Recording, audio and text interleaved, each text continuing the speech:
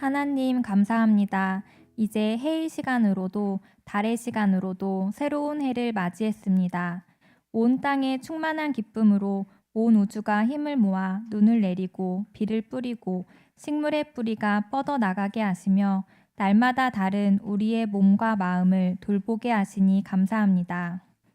동물들이 몸을 웅크리는 겨울 동안 더욱 강한 생명력으로 거듭나듯이 우리의 삶도 아무것도 보이지 않을 때에 더 주님을 붙들게 하시고 새로운 소망을 꿈꾸게 하소서. 우리가 한계에 부딪혀 더 이상 열린 문이 없다고 생각되는 깜깜한 밤에도 굳게 닫힌 문을 순식간에 부수고 들어오시는 섬광처럼 쏟아지는 주님의 소망을 붙들게 하소서. 가족이 화합하게 하시고 국가가 제대로 서게 하시며 부르심 받은 성도들이 돌보고 수고하는 삶 속에서 더할 나위 없는 평안과 기쁨이 가득하게 하소서.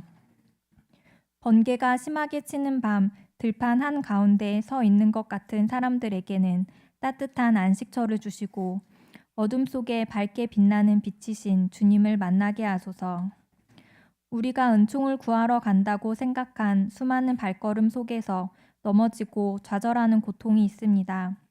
파도처럼 밀려오는 거대한 고뇌와 숨을 들이쉬지 못하는 슬픔 속에서 바다를 가르고 군대를 멸하고 병을 선멸하시는 주님의 능력을 보게 하소서. 우리가 은총을 구하는 것이 아니라 은총이 우리에게 오는 것임을 알게 하소서. 각자의 힘과 능력과 노력으로 버둥대며 사는 것이 아니라 나를 벗어난 초월적인 하나님의 능력 안에서 힘을 빼고 살아가는 삶을 누리게 하소서.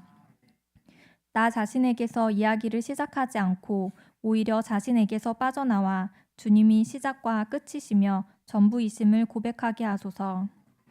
몸과 마음이 아픈 자들을 낫게 하시며 가진 것 없는 자들을 축복하시고 가장 낮은 곳에서 두 팔 벌려 환대하시는 주님의 품에 안기게 하소서. 어린이도 어른도 나라의 지도자들과 공권력을 가진 자들도 각자의 역할에 충실하며 책임과 의무와 임무를 다하게 하소서. 우리가 원하는 것은 하나님 한 분뿐입니다. 우리의 인생도 걸음도 교회와 가정과 나라도 주님 한 분만을 바랍니다. 아무도 말하지 않는 날에 주님의 말씀을 듣게 하시고 아무도 오지 않는 날에 주님을 만나게 하시고 아무도 보이지 않는 날에 웃는 주님의 얼굴을 보게 하소서. 주님은 말씀이며 실상이며 친구이며 평화이며 목마른 가슴 속에 끝없이 솟아나는 사랑의 샘물이십니다. 가장 위대한 예술가이십니다. 많은 이들이 질문의 중요성에 대해서 이야기합니다. 질문하지 않는 신앙, 또 질문하지 않는 삶은 건전하지 않고 위험합니다. 질문하지 않는 신앙은 맹목적인 신앙이 되거나 아니면 자기 틀에 갇혀 있는, 갇히게 되는 그런 믿음이 되기가 쉽습니다. 그런 면에서 유연성이 떨어지는, 완고함에 이르게 되기 쉬운 그러한 신앙이 되기가 쉽습니다. 그래서 정직한 질문은 우리를 바른 길로 인도합니다. 질문을 통해서 우리가 서로 배우고 또 어떤 단순한 알림이 아니라 되어져가는 그런 배움의 공동체로서 교회가 형성되기 때문에 그렇습니다. 교회는 그런 면에서 진솔하게 또 솔직하게 질문하는 공동체이어야 할 것입니다. 마가복음은 거대한 질문에 대한 대답으로서의 책이라고 할 수가 있겠습니다. 그 거대한 질문은 바로 예수가 누구인가라는 질문입니다. 2025년도 다드림 표어는 믿으라 복음의 능력을입니다. 신년 1월 첫 주 담임 목사님의 말씀을 통해서 우리가 복음의 시작, 이 마가복음 1장 말씀을 함께 나누었습니다. 어떤 책이든지 첫 문장이 굉장히 중요합니다. 첫 문장이 책의 전체의 어떤 분위기를 드러내주기도 하고요. 또 그 책의 의미를 이렇게 암시해 준다고 볼 수가 있습니다. 김은교 교수님의 첫 문장은 마지막 문장이다라는 그 책에서 첫 문장을 야구에 있어서 테이블 세터로 비유하는 그런 내용을 제가 읽었습니다. 제가 여러 스포츠를 좋아하는데 그중에 또 야구를 좋아합니다. 그래서 야구를 좋아하고 또 즐겨 보기도 하고요. 또 우리 청년들과 야구를 매개로 해서 많은 대화를 합니다. 서로 무시하기도 하고 또 무시당하기도 하고. 저는 주로 무시하는 쪽에 있습니다. 그래서 제가 기아를 응원하고 있기 때문에 저 청년부 회장은 롯데를 응원하고 있거든요. 너무 안타깝습니다. 그래서 제가 많이 자주 놀리고 갈구고 그렇게 하고 있습니다. 올해는 롯데가 좀 잘 되면 좋겠어요. 회장도 하는데 그래서 제가 기도하겠다고 그렇게 얘기했습니다. 야구에서 이 테이블 세터는 1번 타자와 2번 타자를 의미합니다. 그래서 테이블 세터인 1번 타자와 2번 타자가 밥상을 잘 마련해 줘야 그 게임에 있어서 게임이 잘 풀리고 또 승산 있는 그런 게임이 되기가 쉽습니다. 마찬가지로 잘 쓰여진 책의 첫 문장은 책을 읽고 싶은 욕망을 일으키고 또 호기심을 자아나게 하는 그러한 요소가 됩니다. 이 마가복음의 첫 문장은 이렇게 시작하고 있습니다. 우리 한번 좀 띄워주실래요? 같이 한번 읽도록 하겠습니다. 읽겠습니다. 시작.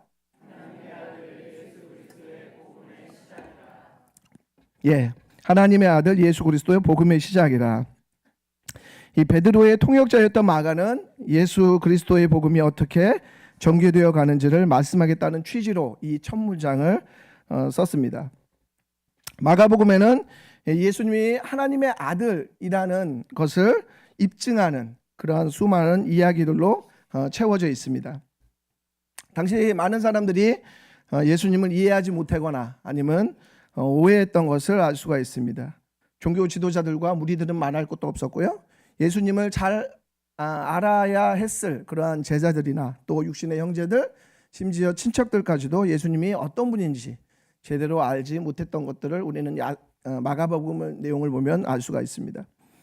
그래서 예수님의 어떤 행동이나 가르침 또 선택이나 판단을 할 때마다 그들은 예수님을 새롭게 이해하고 또 받아들였습니다. 그래서 예수님께서 어떠한 놀라운 가르침을 한다거나 이적을 했을 때 이분이 과연 누구인가? 라는 어떠한 그 표현을 하는 내용들을 우리가 마가복음에서 반복적으로 살펴볼 수가 있습니다. 예수님을 어떤 조금 뛰어난 선생이나 아니면 탁월한 지도자 정도쯤으로 생각했는데 그 인식이 조금씩 확장되면서 예수님을 알아갔던 것이죠. 그렇다면 마가복음에 등장하는 예수님은 누구인가? 라고 할 때 이 마가복음에서 예수님은 바로 고난받는 메시아임을 강조합니다. 고난받는 메시아. 예수님의 고난받으심이 마가복음의 키워드입니다. 그래서 이 마가복음은 자연스럽게 제자도로 이어지는데 바로 제자는 바로 스승을 따르는 것이죠. 그래서 이 스승이 걸어갔던 그 고난과 핍박과 또 미움받음 이런 것들을 제자들도 받고 당하게 될 것임을 말씀하고 있습니다. 우리는 당연하게 이렇게 생각할 수 있습니다. 그렇지, 예수님을 따라가는 것은 고난받는 것이지 라고 생각할 수 있습니다. 그러나 우리가 실존적으로 또 삶으로 우리가 그러한 고난을 겪을 때는 우리는 굉장히 깊은 고뇌에 빠지게 됩니다. 내가 이렇게 사는 것이 과연 맞는가에 대해서 회의를 하게 되는 것입니다. 우리가 함께 읽은 이 본문 말씀은 예수님이 이제 본격적으로 자신의 정체를 드러내는 그러한 말씀입니다. 그 정체를 드러내면서 긴장과 갈등을 유발하는 첫 번째 사건이 바로 오늘 우리가 읽은 이 마가복음 2장에 등장하는 말씀입니다. 마가복음 2장 1절부터 마가복음 3장 6절까지는 5개의 논쟁 기사로 쓰여져 있습니다. 죄를 용서하는 것, 또 죄인들과 식사하는 것, 금식하는 문제, 또 안식일에 노동하는 것, 또 안식일에 음식을 먹는 것, 이런 주제들을 가지고 논쟁이 일어나는 그러한 내용이고, 오늘 첫 번째로 바로 중풍병자의 병과 죄를 용서해 주시는 이야기가 등장하고 있습니다. 이 본문의 이야기는 우리가 잘 알고 있는 말씀입니다. 이 이야기는 마가복음에만 등장하는 것이 아니라 공관복음인 누가복음과 또 마태복음에도 등장하고 있습니다. 그만큼 이 사건은, 이 이야기는 꽤 제법 비중 있는 중요한 그러한 사건이라고 할 수가 있겠습니다. 예수님은 이전까지 놀라울 정도로 인기가 있는 행보를 걸었습니다. 그래서 마가복음 1장에 그 내용들이 잘 나타나 있는데요. 우리 세 구절 중에서 45절 말씀을 좀 같이 읽어보도록 하겠습니다. 함께 읽겠습니다. 시작. 오직 바깥 한적한 곳에 계셨으나 사방에서 사람들이 그에게로 나아오더라. 예, 오직 바깥 한적한 곳에 계셨으나 사방에서 사람들이 그에게 나아왔다라고 얘기하고 있습니다. 사방에서 사람들이 예수께 몰려올 정도로 예수님은 팬덤을 형성하고 인기를 얻었습니다. 그러나 예수님은 그 인기의 마음을 빼앗기지 않았고 또 인기의 노예가 되지도 않았고 또 대중의 인기에 매몰되지도 않았던 예수님임을 우리는 알 수가 있습니다. 예수님은 일반적인 통념과 상식을 깨는 말과 행동을 할 때가 참 많았습니다.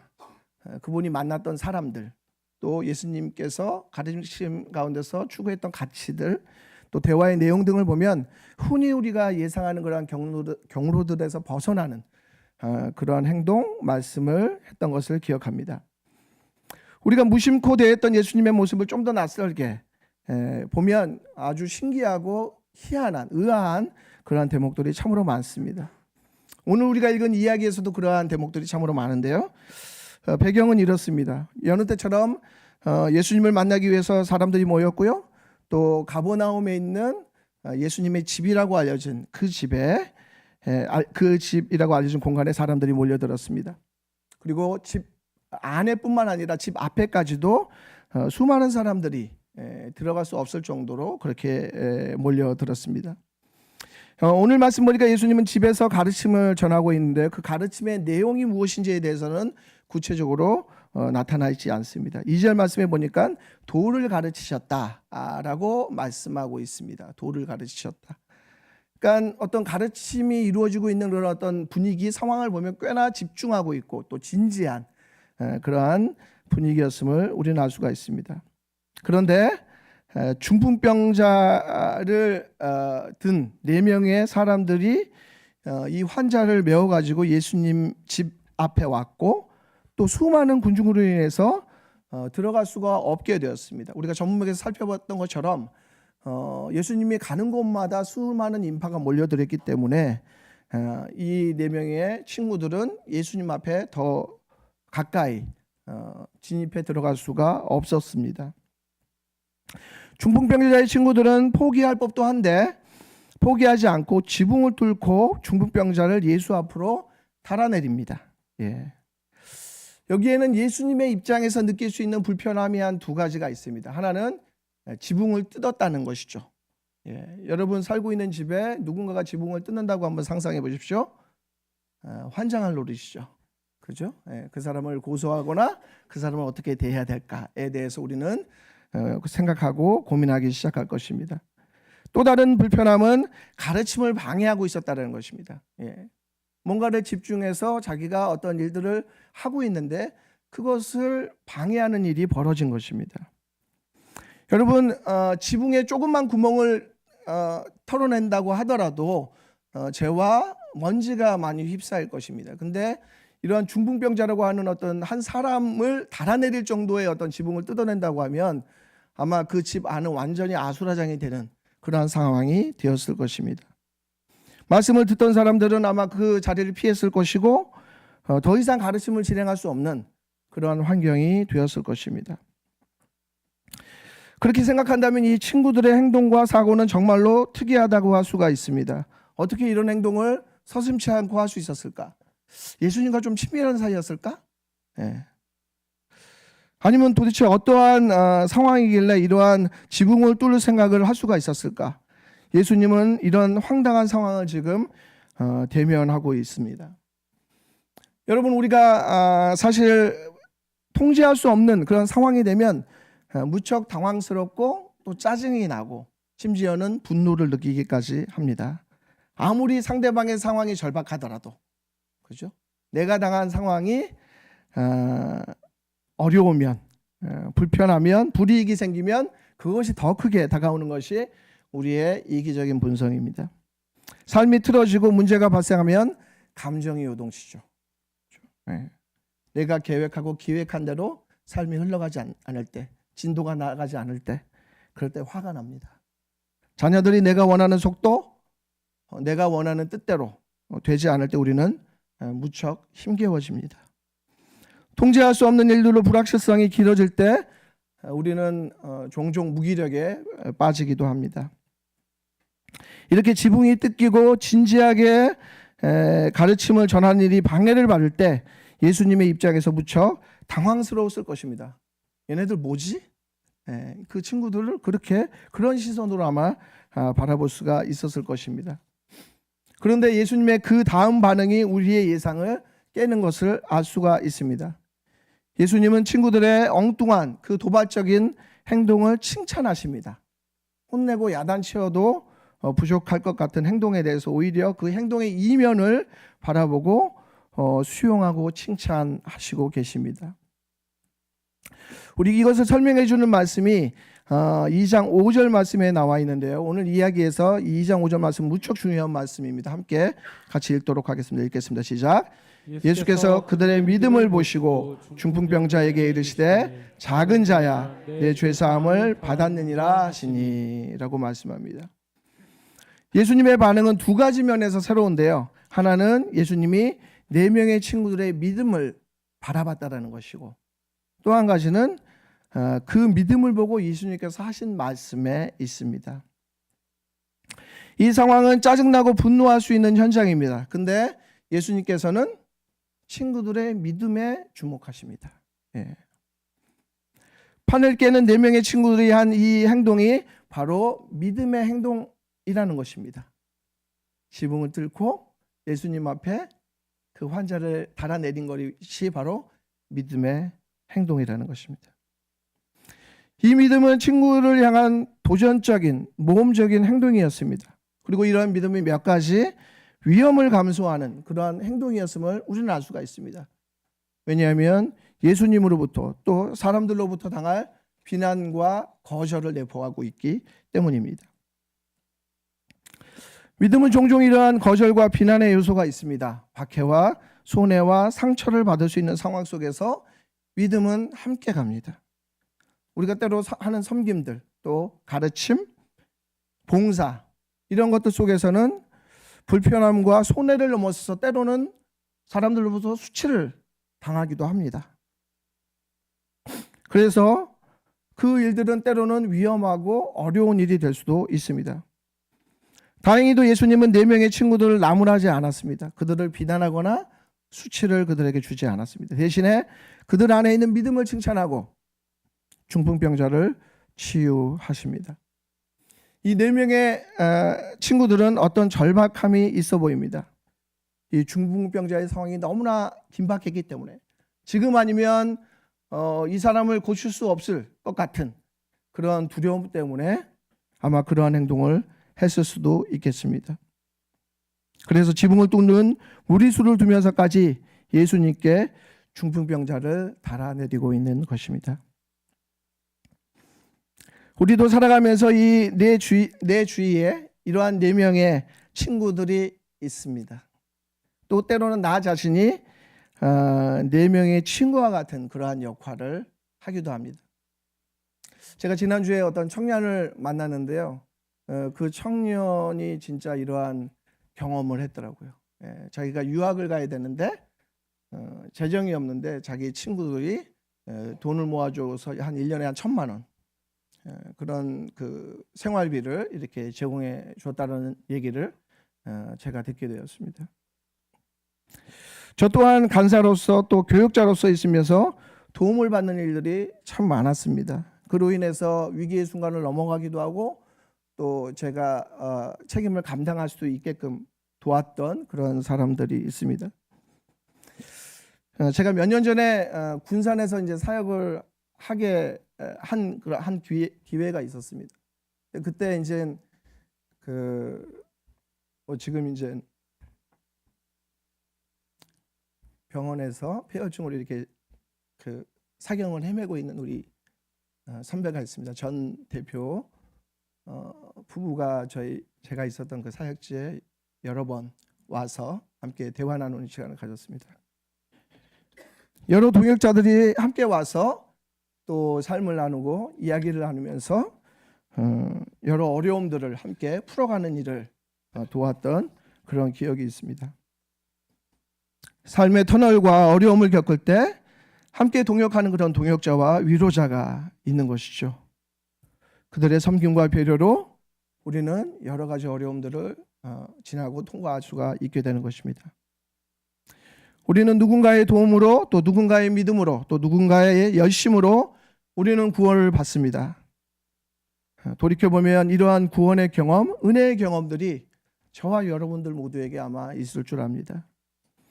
예수님께서는 4명의 친구들과 또 이 중풍병자의 믿음을 보셨습니다. 그런데 그 믿음을 보시고 그 다음 말이 그 자리에 있었던 사람들을 더욱더 어리둥절하게 하는 것입니다. 예수님은 엉뚱한 얘기를 하시죠. 작은 자야 내 죄사함을 받았느니라. 여러분, 이 말이 기뻤을까요? 중풍병자 친구들과 중풍병자에게 내 죄사함을 받았다. 예. 우리는 하나님께 우리의 필요를 아뢰는 그런 기도를 드립니다. 하나님께서는 다른 말씀을 하실 때가 있어요. 그죠? 나에게 있어서 너무나 절박하고 긴급한 그러한 기도 제목을 하는데 하나님께서는 다른 말씀을 하세요. 예. 하나님 그거 말고요. 저 이거 고쳐달라니까요. 저 이거 채워달라니까요. 그렇게 기도하는데 하나님께서는 다른 얘기를 하세요. 마치 그런 거와 비슷합니다. 그죠? 작은 자야 내 죄사함을 받았느니라. 아니요. 하나님 저에게 실제적인 회복을 주세요. 그게 우리의 어떠한 진정한 소망이 아니겠어요? 기대 아니겠어요? 근데 예수님께서는 다른 말씀을 하십니다. 왜 이 말씀을 예수님께서 하셨을까요? 예수님은 이 사건을 통해서 자신이 누구인지에 대해서 드러내십니다. 병고침과 제사함은 모두 중요합니다. 예수님은 육체적 치유와 또 영적 치유에 관심을 가지십니다. 예수님은 당면한 필요와 궁극적인 필요의 모두에 대해서 관심을 가지고 계십니다. 예수님께서는 일어나 내 상을 가지고 걸어가라고 말씀하시면서 모두를 만족시킬 수 있는 그러한 발언을 할 수 있음에도 불구하고 오히려 작은 자야 내 죄사함을 받았다라고 말씀하고 있습니다. 예수님께서 이렇게 말씀하신 의도가 10절에 나타나 있습니다. 우리 10절 말씀을 같이 한번 읽도록 하겠습니다. 읽겠습니다. 시작. 그러나 인자가 땅에서 죄를 사하는 권세가 있는 줄을 너희로 알게 하려 하노라 하시고 중풍병자에게 말씀하시되, 여기서 예수님은 자신의 정체를 명료하게 말씀하고 있습니다. 여기서 말하는 그 인자는 단순히 사람의 아들을 말하는 것이 아니라 다니엘서에 등장하는 심판하시는 구원하시는 메시아를 의미하고 있습니다. 그 인자가 땅에서 죄를 사하는 권세가 있는 줄을 너희가 알기를 원한다 라고 얘기하고 있어요. 어떻게 보면 그냥 이 말씀하지 않고 그 이 중풍병자를 회복시켰으면 아무 긴장과 갈등 없이, 그죠? 나이스하게 모든 사람의 만족과 기대, 인기를 얻으면서 그렇게 흘러갈 수가 있었을 것이. 그러나 예수님은 그렇지 않으셨어요. 예수님은 자신의 정체를 드러내고 계십니다. 예수님은 커밍하고 계세요. 그렇죠?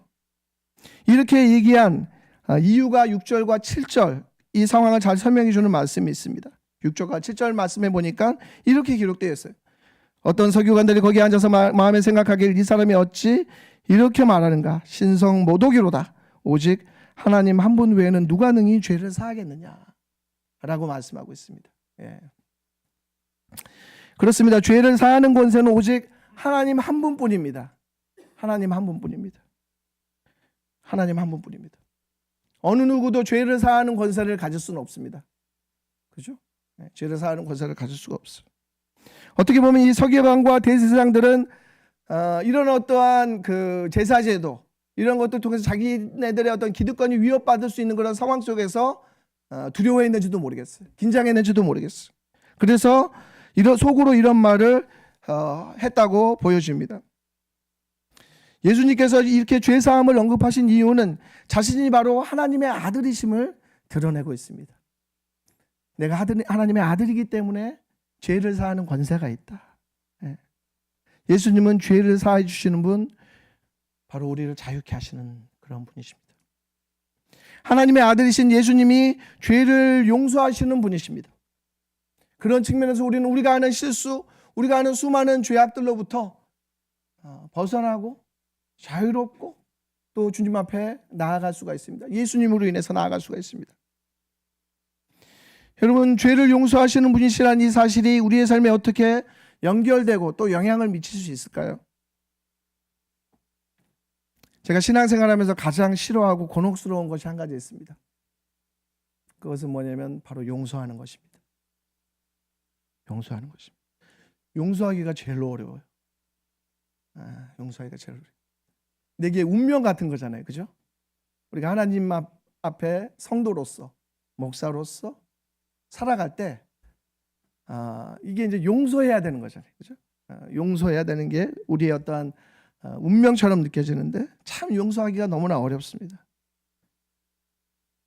주님의 용서하심이 없다면 우리는 하나님께 나아갈 수 없고 완고한 삶에, 사탄이 좋아하는 그 완고한 삶에 우리 자신을 내맡기는 것이 되는 것입니다. 그리스도의 몸을 이룸에 있어서 용서는 너무나 중요합니다. 교회는 용서를 통해서 그리스도의 몸을 이루고 또 경험합니다. 용서를 구하고 또 용서를 받음을 통해 우리는 우리의 교만을 내려놓고 겸손을 배우고 또 연합을 경험하는 것입니다. 죄를 사하시고 병을 치유한 이 사건을 본 많은 사람들이 고백합니다. 그 고백의 내용이 마가복음 2장 12절 말씀에 나와 있습니다. 우리 12절 말씀을 같이 한번 읽도록 하겠습니다. 읽겠습니다. 시작. 그가 일어나 곧 상을 가지고 모든 사람 앞에서 나가거늘 그들이 다 놀라 하나님께 영광을 돌리며 이르되 우리가 이런 일을 도무지 보지 못하였다 하더라. 예. 사람들이 놀랐어요. 그죠? 이 사건을 보면서 우리가 이런 일을 도무지 보지 못했다라고 얘기합니다. 2025년 우리가 하나님의 일하심, 하나님의 능력을 깨닫게 되는 시간이 되기를 원합니다. 믿으라 복음의 능력을 이란 것처럼 표어처럼 예수님의 능력을 따라 복음의 능력을 또 용서의 능력을 몸으로 또 삶으로 누리고 경험하는 저와 여러분들에게 간절히 소망합니다. 함께 기도하겠습니다.